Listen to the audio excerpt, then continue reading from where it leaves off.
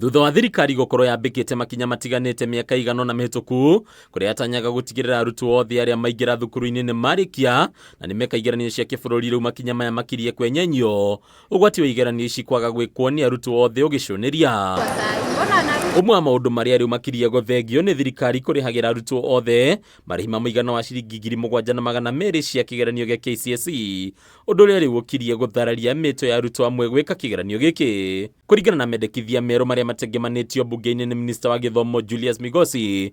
Ministry no yendekithitie murigo wa kigeranio giki wa oro thirikari na wigirirwo ciande-ini cia Wanjiku undu uria wambiriirie kurehe mbukirira. It is inconsistent with our aspirations as a country that we should be having free and compulsory basic education delivered to our children. We are not making any steps forward. We are making steps backwards. We are regressing.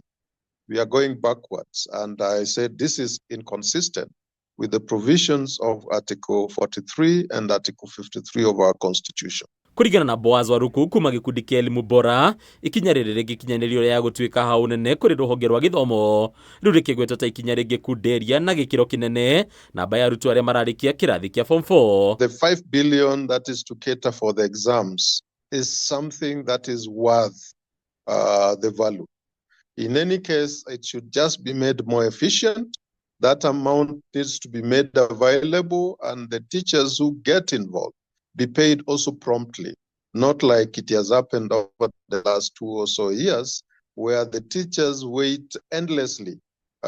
Kuringana na Waruku rire ti ihinda ria thirikari gukunderia kigina kiria kigayagirwo ministry ya githomo kuna ni ikinya ringithie mugaru na ciraniro cia thirikari hari kugacirithia githomo bururi-ini. I don't think Kenyans and anybody else will be welcoming additional levies to the schools or to the students, because this is like another extra charge that will be docking the pockets of the parents and guardians. Ikinya riri gataurwo gukorwo rikiendekithio kumana na ministry ya kigina kwendekithia gukunderio gwa kigina kiria kigayagirwo githomo na ciringi bilioni 91.8 undu uria ni wa gucokia bururi na thutha hari makinya ma kugacirithia githomo.